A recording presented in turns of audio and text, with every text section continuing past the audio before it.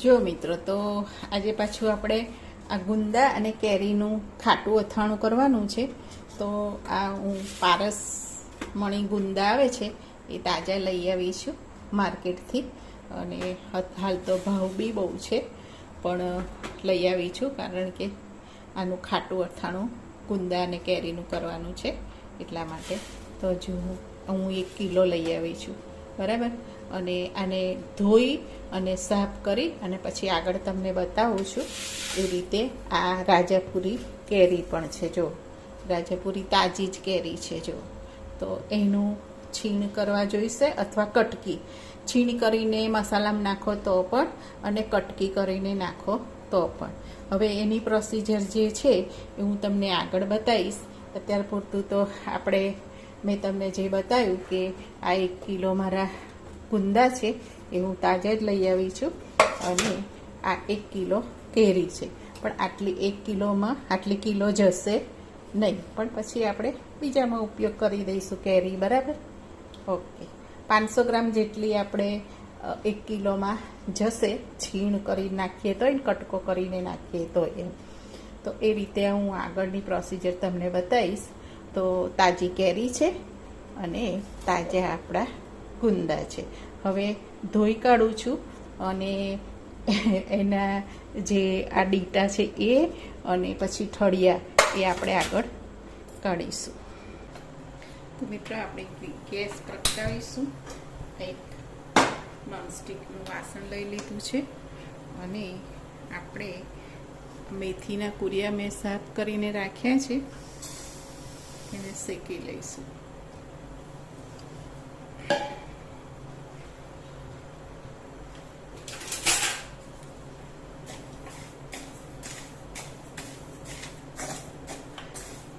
Flame ધીમી જ રાખવાની અને શેકવાનું, જેથી આપણા કુરિયા નીચે દાજી ના જાય, કે બળી ના જાય, કે એનો સ્વાદ બગડી ના જાય.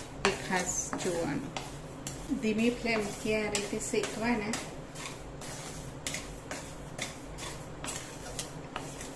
શેકવાના એટલા માટે કે એનું જે મોઇશ્ચરાઇઝ હોય એ નીકળી જાય, અને આખું વરસ આપણું અથાણું દાલ ચટક ને સારું રહે, સ્વાદ બી બગડે નહીં, એટલા માટે, બરાબર. એટલે આ રીતે શેકી જ લેવાના કુરિયા. મારા કુરિયા શેકાઈ ગયા છે તો મેથીના, તો હું એક વાસણમાં કાઢી લઉં છું. હવે આપણે રાઈના કુરિયા, એ પણ મેં સાફ કરીને જ રાખ્યા છે, તો એને પણ હું આ રીતે શેકી લઈશ, બરાબર. જો મિત્રો, આ રીતે શેકી લેવાના. શેકાઈ ગયા છે. હવે હું કાઢી લઉં છું એને એક પાસણમાં. હવે આપણે મીઠું શેકી લઈશું.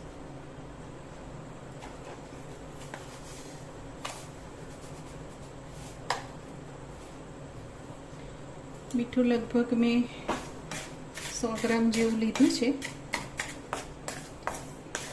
પણ થોડુંક વધારે લઈએ.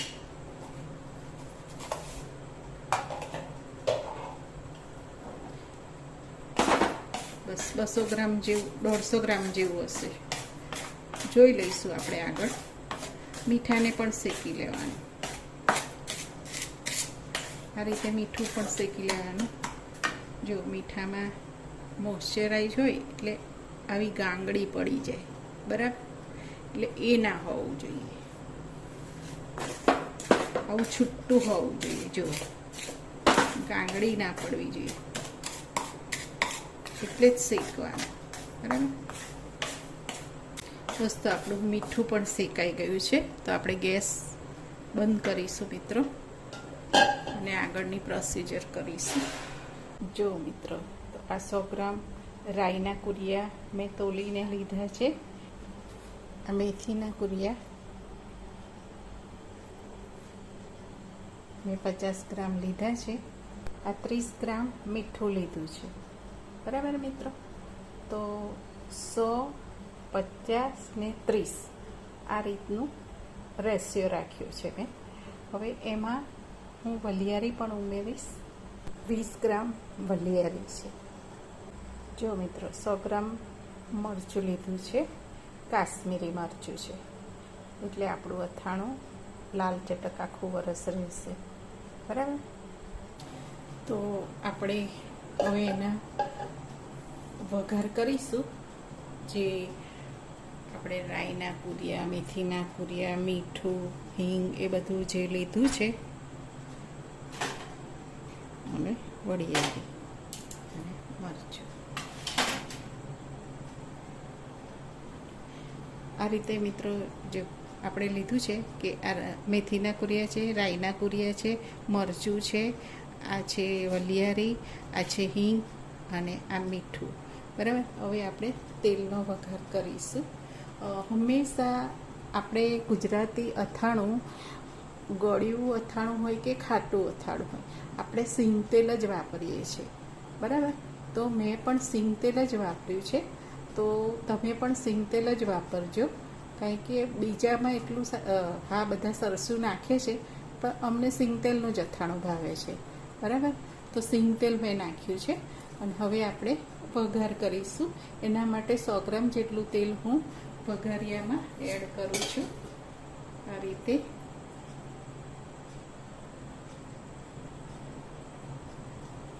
આપણે ગરમ થવા દઈશું.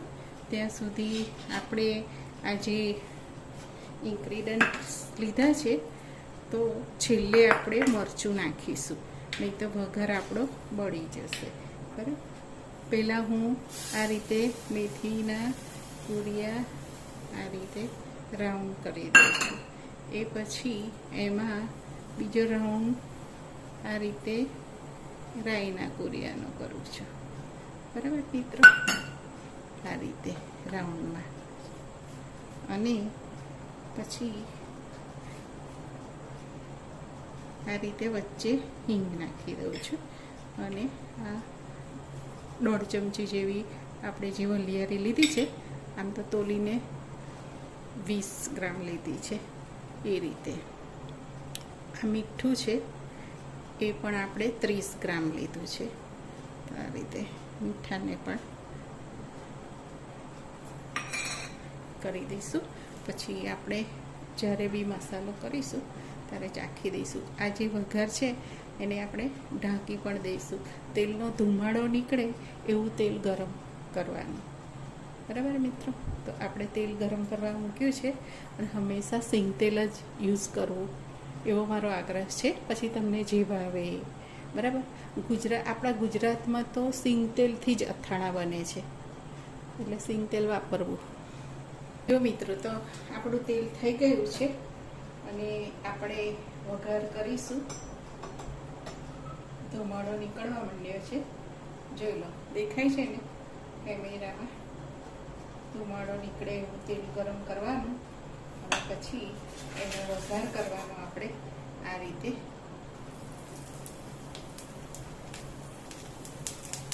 પછી આમ ઢાંકી દેવાનું. આ રીતે વઘાર કરી અને ઢાંકી દેવાનું, એટલે આપણો વઘાર અંદર બેસી જાય. એ પછી જ આપણે મરચું નાખવાનું, નહીં તો જો પહેલાં નાખો તો મરચું કાળું પડી જાય, તેલ ગરમ હોય એટલે. અને આ શું, કુરિયા ચઢી જશે, આપણા કાચા નહીં રહે. જે તેલ ગરમ કર્યું આપણે, વરાળ નીકળે એવી રીતે, તો આમાં આપણા કુરિયા ચઢી જશે. બરાબર. અને બધો મસાલો ચઢી જશે. મરચું પછીથી નાખવાનું, તો આપણું લાલ ચટક આખું વરસ અથાણું રહેશે.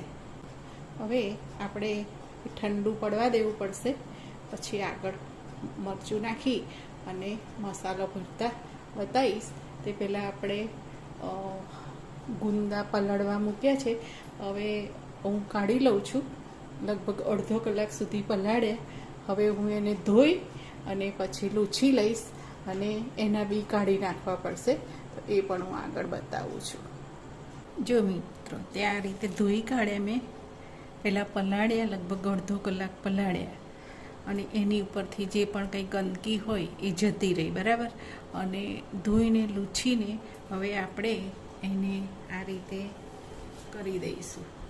આ જે છે એનું ડીટડું આવી રીતે ચપ્પાથી કાઢી લેવાનું, આ રીતે કરી દેવાના.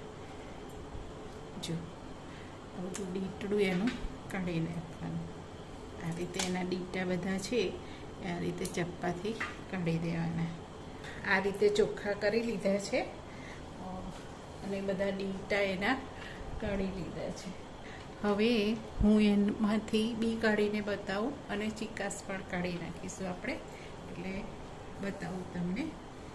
આ રીતે એક લેવાનું અને આ રીતે મિત્રો આ રીતે ધીમે રહી અને ટચકો મારવાનો અને પછી આ રીતે મીઠાવાળું ચપ્પુ કરી અને એની આ રીતે બી કાઢી લેવાનું.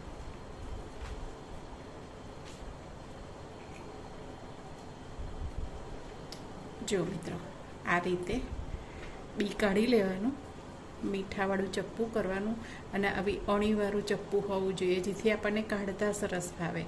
હવે આમાંથી બધી ચિકાસ નીકળી ગઈ છે. બીજું તમને બતાવી દઉં. ધીમે રહી અને આને ટચકો મારવાનો આથી આ રીતે.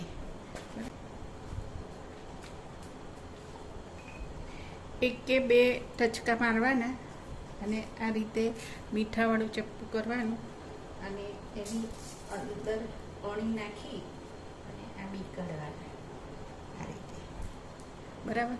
હવે આ રીતે હું બધા કરી લઈશ, પછી તમને બતાવું. જો મિત્રો, તો આ બધા બી આપણે કાઢી નાખ્યા છે. હવે આમાં મસાલો ભરવાનો. મેં મિત્રો ક્રશ નહીં કર્યો આપણો મસાલો, બસ આખો જ રાખ્યો છે. સરસ લાલ ચટક થઈ ગયો છે. જોઈ લો મિત્રો, મસાલો થઈ ગયો છે. મીઠું મેં ફરીથી નાખ્યું છે. મારું પેલું પ્યુરે મીઠું છે એટલે ખારાશ ઓછી છે એમાં, તો મારે બીજું પણ 20 ગ્રામ મીઠું ગયું આમાં.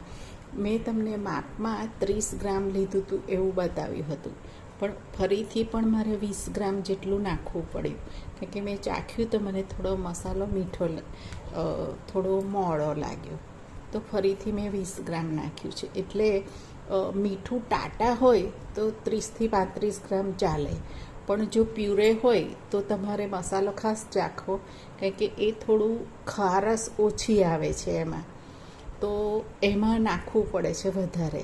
એટલે મીઠાની ખારાશ પ્રમાણે મીઠું નાખવું. ટાટાનું મીઠું હોય છે એ ખારાશ વધારે હોય છે, તો એમાં 30થી 35 ગ્રામ નાખો તો ચાલે. સાદું મીઠું હોય છે એમાં પણ ખારાશ વધારે હોય છે, એટલે મીઠા પ્રમાણે તમારે ચાખીને મસાલો નાખો. ચાલો તો મિત્રો આપણે ગુંદા ભરી લઈશું. આ રીતે ગુંદું લેવાનું અને આ રીતે મસાલો આપણો આ રીતે ભરવાનો. જે રીતે રીંગણમાં કઈ રીતે ભરો છો એ રીતે અંગૂઠાથી પ્રેશર આપવાનું આ રીતે, અને જેટલો સમાય એટલો મસાલો ભરવાનો. આ રીતે મસાલો ભરી દીધો છે. એક બીજો પણ આગળ બતાવું તમને. આ રીતે ગુંદું લઈ લેવાનું અને આ રીતે એની ફાડ જે હોય, દાખલા તરીકે આપણે જે ચીરો કર્યો છે એને આ રીતે પ્રેશર આપવાનું અને પછી આ રીતે હાથમાં લઈ અને આ રીતે ભરવાનું. જેટલો મસાલો જાય એટલો ભરવાનો મિત્રો. આ રીતે અંગૂઠાથી પ્રેશર આપવાનું અને દબાવીને ભરવાનો અંદર મસાલો. એ રીતે હું તમને બધા જ ગુંદા ભરી અને બતાવું છું આગળ. જો આ રીતે આપણે બધો મસાલો ગુંદામાં ભરી લીધો છે. બરાબર. હવે જે કેરી છે આ એ મેં સમારી લીધી છે અને આ મસાલાવાળી કરી દઉં છું. બરાબર. એટલે આમાં મીઠું પણ આવી ગયેલું છે, મરચું પણ આવી ગયેલું છે, એટલે મસાલાવાળી કરી દઈએ તો બીજું કશું જરૂર પડે એવી નહીં. બરાબર. એટલે મેં મસાલાવાળી કેરી કરી દીધી છે અને આપણે આ ગુંદા છે એમાં દાબી દઈશું મસાલાવાળી કેરી. બરાબર મિત્રો. આ અથાણું 2-3 દિવસમાં જ મિત્રો ખાવામાં ઉપયોગમાં લઈ શકાય છે. બરાબર.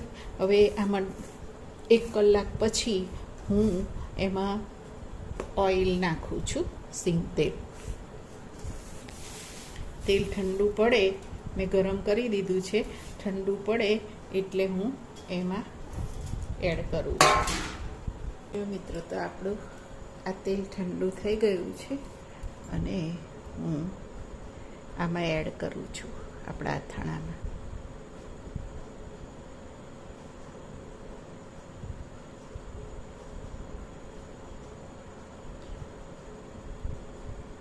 તો મિત્રો, જો આપણું આ અથાણું રેડી છે, પણ એને 3 દિવસ લાગશે ખાવા માટે. રેડી ત્યારે થશે. અથાણું આખું વરસ આવું ને આવું લાલ ચટક રહે એના માટે તમારે શું કરવાનું કે એક જ વાસણમાં કે એક જ બરણીમાં નહીં ભરવાનું, 2-3 બરણીઓમાં ભરવાનું. એનું કારણ શું છે કે પહેલાં એક બરણી વાપરી લીધી, બરાબર, તો શું કે ઘડી ઘડી ખુલે નહીં અને બહારની હવા એની અંદર જાય નહીં. એના કારણે આપણે એક બરણીનું અથાણું વપરાઈ જાય એ પછી બીજી કાઢવાની, એનું વપરાઈ જાય પછી ત્રીજી. એવી રીતે તમે 2-3 પાર્ટ્સમાં અથવા તો 2-3 બરણીમાં અથાણું ભરશો મિત્રો, તો તમારું અથાણું 12 મહિના એવું ને એવું રહેશે, બગડશે નહીં, સ્વાદ બી એવો ને એવો રહેશે, આખું વરસ લાલ ચટક રહેશે. એટલે જ્યારે બી તમે અથાણું કરો ત્યારે ડિવાઈડ કરવાનું, મતલબ કે 2-3 વાસણ 2-3 બરણીઓમાં ભરીને રાખવાનું, બરાબર. હાલ મેં 500 ગ્રામ જેટલું તેલ નાખ્યું છે અંદર. હવે સવારમાં આપણે જોઈશું તો નાખવું પડશે, એટલે મેં બીજું તેલ ગરમ કરીને ઠંડુ કરવા રવા દીધું છે. હવે આપણે પછીથી જ્યારે જોઈશે ત્યારે નાખીશું. તો આ અત્યારે આપણે આટલું તેલ નાખ્યું છે. હવે જરૂર પડશે તો પછી હું ફરીથી 2 કલાક પછી જોઈ લઈશ, નાખવાનું થશે તો હું નાખીશ એની અંદર. ડૂબાડૂબ તેલ જોઈએ. જો મિત્રો, તો ફરીથી થોડુંક જરૂર પડી તો મેં નાખ્યું છે અને આ રીતે રાખ્યું છે. કેરી અને ગુંદાનું અથાણું પર રેડી થઈ ગયું છે. આજે 3 દિવસ થઈ ગયા. જો આ ગુંદું છે એ બી હવે આપણું ખાવા માટે રેડી થઈ ગયું છે.